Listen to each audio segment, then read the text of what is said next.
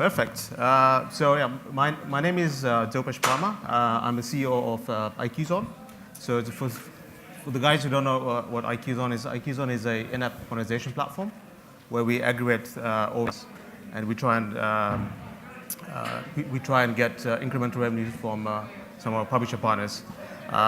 We work with some of the biggest publishers in the world, including Alpha 7 and some of the guys in the room you've seen previously. I guess I wanted to, as the title suggests, I think I've heard about in the last couple of hours I've heard about bidding like 5 times now, and I guess I brought Anel on the stage. I'll let Anel introduce him in a minute, but in-app header bidding has become I think it's become a buzzword for the last year and a half or 18 months now, and I think we see more and more publishers adopting. And I want to give the opportunity now to give you guys a view on what it actually looks like from a publisher standpoint. It's kind of funny because in one way I was actually at Alpha 7 at one point in time, but a year in ad tech is very different. So why don't you just introduce yourself and we'll go into deep dive into the questions. Sure. So before I start, can I just get a feeling from the room? Who of you guys here, by show of hands, already tested any header bidding solution? Okay, one guy. Okay, 2. Okay, cool. So my name is Anel. So I'm the Deputy VP of Advertising at Alpha 7. And I'm sure most of you guys know who we are. So we did this world phenomenon called My Talking Tom. So we have more than 8 billion downloads already. So we have roughly 350 million monthly active users, and we monetize mostly through ads. And I think that's about it. Great. So maybe just about bio information as well. I think Alpha 7 also is also known for building one of the most sophisticated mediation platforms in the market. So why don't we just dive into the actual question? So what have you seen in the last 18 months? What are some of the trends that you've seen in the last 18 months that you can share with the audience? So from the monetization side, what we are seeing is there's a lot of talking about header bidding and how everything is going there. But when we talk to different big developers or companies, we still see that the progress is quite slow. So we wish we could see things moving much faster. So there are a lot of companies like Facebook and other guys that are really actively working in this space. But we see that things are moving quite slow. And I think this is one of the big trends beside the hyper-casual gaming that was happening. Okay. And why do you think things are moving very slow in the adoption of header bidding? Is there specific reasons why is it slow? I think because a lot of people think it's a complex environment, right? So with every new thing, people are very cautious. And what we are seeing is the adoption is very slow, probably because of that. But we wish that, let's say, it's 21st century, right? So we want to have everything in real time, and it's not the case. So we want to push industry into this direction as well because we see a lot of benefits. But I think it's just people are just hesitant to go on board and try it because they are used to do things the certain way they did for a long time. So you think people or publishers mainly are a bit hesitant because they don't want to, I guess, risk the revenues they're currently making, even though it's inefficient in using waterfalls, for example, right? As people have been using. Yes, I do, because they don't want to break something that's already working, and they're going to testing slowly, and because you probably won't see the best results until the majority of demand is already on header bidding. So when you're just testing with a couple of sources, you also see limited results. But so far we see the increase in yield. Which is positive. We also see the higher prices in the eCPMs, which is also good, but the adoption is still slow. Okay, and you mentioned about some of these demand partners. Can you maybe mention which are the active demand partners who are actually bidding across the different platforms? Is it few of them, or are they? It's few of them. So we wish that there could be more, but we see that a lot of companies are actually developing their own solutions, and they're going to the right direction. So this is positive news, I think, for the industry, and will be good for the whole industry, I think. Great. Okay. So let me drill you in terms of what Outfit7 as a company is doing for header bidding, right? Yeah. Which, as I mentioned, Outfit7 it operates its own mediation platform. Are you guys using a third-party header bidding solution to achieve the results that you're looking for? Are you building your own? What sort of? Yeah, sure. So we have quite sophisticated ad mediation system already. So we mediate roughly 60 partners in our system, and of course we are looking for new innovative ways to improve our system, to work on it. So what we are doing is evaluating kind of solutions, what is there. We are looking on top of our current mediation system that we have. Should we invest resources to build on top of it? Should we test with some other third-party providers and see what's working best for us? So for us, because we don't have an issue with resources like some of the developers do, we like to test a lot of things, and Outfit has kind of DNA of building things in-house.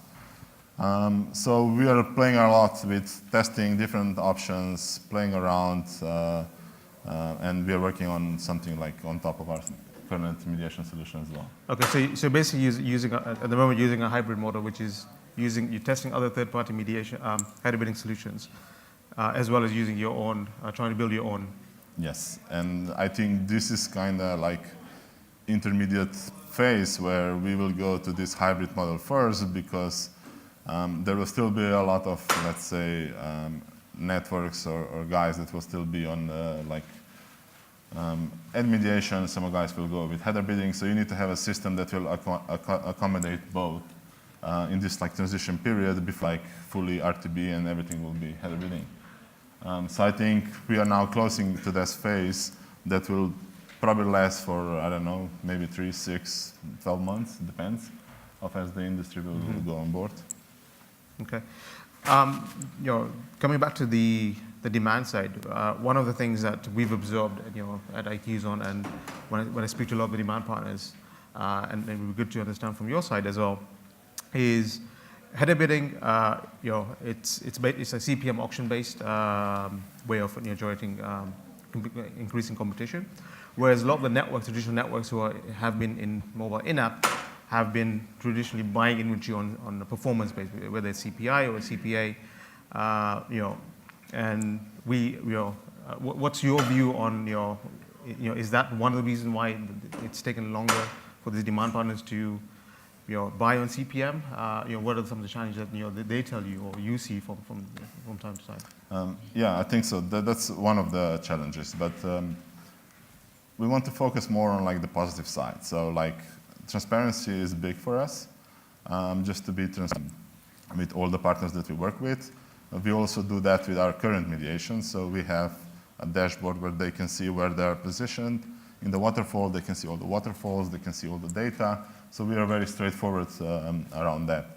And also, ad mediation is not the most efficient way. So when you have real-time bidding for each impression, demand sides can actually choose and pick how much they're going to bid, and see what works for them in terms of ROI and things like this. So, okay. So let me just in terms of formats, right? Of course, rewarded video is especially for hyper casual and casual games, rewarded video is becoming a big chunk of their revenues. Banners starting to kind of decline in terms of there's enough supply there, but in terms of CPMs, it kind of it's declining. What's your view on header bidding for in terms of formats? Where do you see the biggest growth and probably the biggest usage of header bidding? Is it on banners or rewarded video? Where do you see the current trends? Probably the biggest one would be on rewarded video, because also like all the big brands, like they go to desktop world, the header bidding is there for years and it's working really well. And in mobile in-app world, it's totally different story. And rewarded video is actually probably, let's say, the best format for games because you can kind of integrate it directly in, like closely to playable ads. But one thing that we're seeing, like interstitials and banners, they're not going away soon because, especially banners, for example, I hear a lot of people talking about banners are dead, they're going out, but we still get like majority of revenues from banners. When you look at demand, they're still buying a lot. So they are probably not going away soon. Okay, but in terms of like for header bidding specifically, are you, do you see the uplift, in, for example, for banners more through header bidding or just by adding more networks? I just want to get a perspective of, if you're a publisher right now, you have an option of doing header bidding or doing waterfalls. How would you decide on what's the best technique to get the highest yields? But header bidding is definitely a way to do it. Mm-hmm. Because we see that some of the guys are seeing like 20-30% like increase in yield, which is good. And also with header bidding, you're kind of moving away from buyer side. So buyer side, they don't pay any commissions. So it's much better. Let's say what they're spending is actually what you're getting, and then just the publisher pays the commission. So I think in terms of header bidding, probably the rewarded video will see the biggest increase. Okay. You brought a very interesting point about, and I think you mentioned earlier, is also around transparency. Do you think header bidding right now is giving that enough transparency in terms of, I guess header bidding also in the desktop world was meant to bring closer, the buyers and sellers much more closer, right? Do you see that happening right now in header bidding, or are we still far away from seeing a lot more transparent data? And I guess let's put the elephant in the room is the fees, right? Do we, you guys see that header bidding is going to solve that? We see that we are going to the right direction. We are still far from it, but I think we'll be on the right track. And one thing that's also important for us is the SDK footprint. So we believe with header bidding, the SDK footprint will become like much lower. Mm-hmm. So you won't need to use that many SDKs, which increases the size of the app and things like this. And everyone will basically need to compete to get the impressions. So from the publisher standpoint of view, this is very positive. But on the other hand, like, is demand ready to pay for that? Because at the end of the day, you're getting money out of demand. So yeah. So you also feel that in the future there'll be less SDKs, that a publisher would have to support to get the demand they currently get? I hope so, because we have a lot of them. Okay. So let me ask you, and maybe I'll open up to the audience later in a minute. But one of the things, with any new technology, you've got to consider the tech side, you've got to consider the business side. But I guess also there's, internally as a team, with any new technology, you've got to consider other resources, right? So are you guys, what does this mean to teams? Are you building teams around header bidding solutions, or are you investing in offering your current resources to manage the header bidding? Yeah. Okay. So for us, there is no need for like restaffing for our own case, because we already have dedicated team that's working just on that. So we have a team that's working on like mediation as a whole, and then header bidding is just one part of that team. Mm-hmm. So we do all of things internally. But I see, like, if you're like indie or smaller studio, then making an investment to build your own tools probably doesn't make sense, because it's quite a commitment. You need to maintain all the SDKs, there are a lot of bugs, and just maintaining all that requires quite a lot of people. So it's probably a much better solution to go with like SaaS model with someone which has everything in one place, and you focus on the things that you do best, probably like building games. Okay, and are they of course, you have partners over here like Mopub and Fiber and Unity all building their own versions of header bidding. Where do you think if we're sitting here in 2 years' time, where do you think we'll be in terms of header bidding? Like are we still be talking about transparency, or are we talking about let's be making more money out of this, right? I hope it will be the second one. So in the next 2 years, probably we will get to the later stage of this hybrid space, because when we start with this hybrid phase, people will get more comfortable, they will get on board, they will start seeing some good results and some good success stories, and then you start building from there. And then once a couple of big guys adopt that, and that can kind of push the whole industry in the right direction. So we need to make sure that all the guys that you mentioned, that we have kind of aligned vision to push the industry in the right way, and not into something that will be bigger mess than it is at the moment. Okay, so you wish that the industry works together, yes, especially on the demand side, to get more demand onboarded and bidding at the same time. Exactly, because it's beneficial for both sides. So if you had more transparency, I'm sure demand is willing to pay much more if they have everything transparent, they have all the data, and they can choose to spend more if they wish, if the ROI is there for them. But if they don't have transparency, then they need to test and see what works, what doesn't work, which is not efficient, and also it's not time efficient, it's not cost efficient. Okay, great. So before I open up to the audience, if they have any questions, so if you're a publisher right now, and how do you consider a header bidding solution? What are kind of few features that you need to have in order to consider header bidding? Are there any points that you can actually highlight? So for us, it's just transparency. So we want everyone to have equal chance of bidding, and then actually winning for each impression. So that means when you do the request for all the prices and so on, you need to get transparent bids, and then those bids needs to be actually paid at a certain time.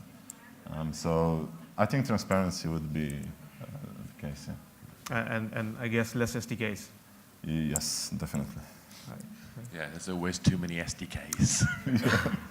So I think I've run out of questions. I wish we had more time, but I guess I'll open up to the audience, because as you said, a little time. I'm trying to sneak in one though. Okay. Who was first? I couldn't quite tell. I think you were slightly faster. So you were talking about header bidding. My question is, the desktop industry is moving more to server-side bidding, which makes more sense for the users because it consumes less bandwidth and stuff. So do you think mobile will adopt server-side bidding faster than header bidding, in your perspective? It will be server-side, because it's when it comes to the efficiency, it's better. And bear in mind, if you have a huge backend, you need to have all the connections open so they can do all the requests in real time, and it's a lot of that, and just maintaining that, it requires a lot of costs. So I think that's the way, because you need to have always open connection to do it. If you do it from the client, it's a lot of drain on resources, memory, and things like this. So you don't want users to let's say that their phone to not be so efficient, or the battery drain and stuff like this. I think I'm going to break my own rules and give you one more question. Thank you. Steve Webb, Audience Network. We've been a real catalyst for this. It's a huge strategic priority. What one thing, if you had a genie in a bottle, what one thing would you ask of Facebook to move this forward faster? Probably get everyone in the industry on board. Because I see that Facebook is pushing the things in the right direction. It's just moving slowly. So if I could do a magic one thing, probably we will have header bidding already, and everyone will be on board, and everything is real time, and you don't need Excel sheet reports and stuff like this. Yeah. Thank you very much, guys. Yeah, it's a Thank you. pleasure. Thank you.